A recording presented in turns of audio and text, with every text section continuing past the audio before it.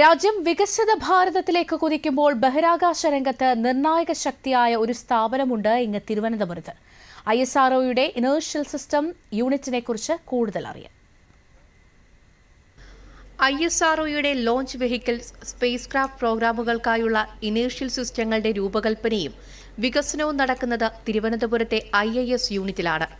ബഹിരാകാശ സാങ്കേതികവിദ്യയുടെ കണ്ണഞ്ചിപ്പിക്കുന്ന കുതിപ്പ് കണക്കിലെടുത്താൽ IISU വഹിച്ച പങ്ക് വിലയേറിയതാണ്. ഇനേർഷ്യൽ നേവിഗേഷൻ സിസ്റ്റങ്ങൾ, ആറ്റിറ്റ്യൂഡ് റെഫറൻസ് സിസ്റ്റങ്ങൾ, ആക്സിലറോമീറ്റർ പാക്കേജുകൾ തുടങ്ങിയവ ഇവിടെ തദ്ദേശീയമായി വികസിപ്പിച്ച് ISROയുടെ വിവിധ ദൗത്യങ്ങളിൽ ഉപയോഗിക്കുന്നു. ബഹിരാകാശ പേടകങ്ങൾക്കും അനുബന്ധ ആപ്ലിക്കേഷനുകൾക്കുമായി ആക്ച്വേറ്ററുകളും മെക്കാനിസങ്ങളും IISU രൂപകൽപ്പന ചെയ്യുന്നു. തുടർച്ചയായ ഗവേഷണ വികസന പ്രവർത്തനങ്ങളും നടത്തുന്നു. ഗഗൻയാൻ ബഹിരാകാശ ദൗത്യത്തിന് മുന്നോടിയായുള്ള പരീക്ഷണ പറക്കലുകൾക്കായി വ്യോമമിത്ര എന്ന ഹ്യൂമനോയിഡ് റോബോട്ടിനെ നിർമ്മിച്ചതും ഇനേർഷ്യൽ സിസ്റ്റംസ് യൂണിറ്റാണ്.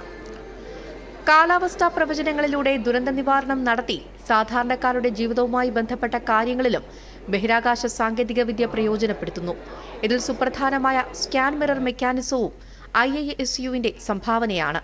Some of the sensors which we can develop maybe can find some application there, but moreover, over and above that, what we are trying to do is we are providing the sensors to all our weather monitoring satellites and such systems.